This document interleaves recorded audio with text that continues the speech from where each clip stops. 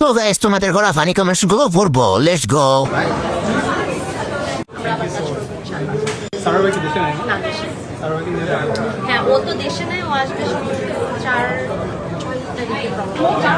আচ্ছা ঠিক আছে, বেশি এক্সাইটেড হওয়ার দরকার নেই।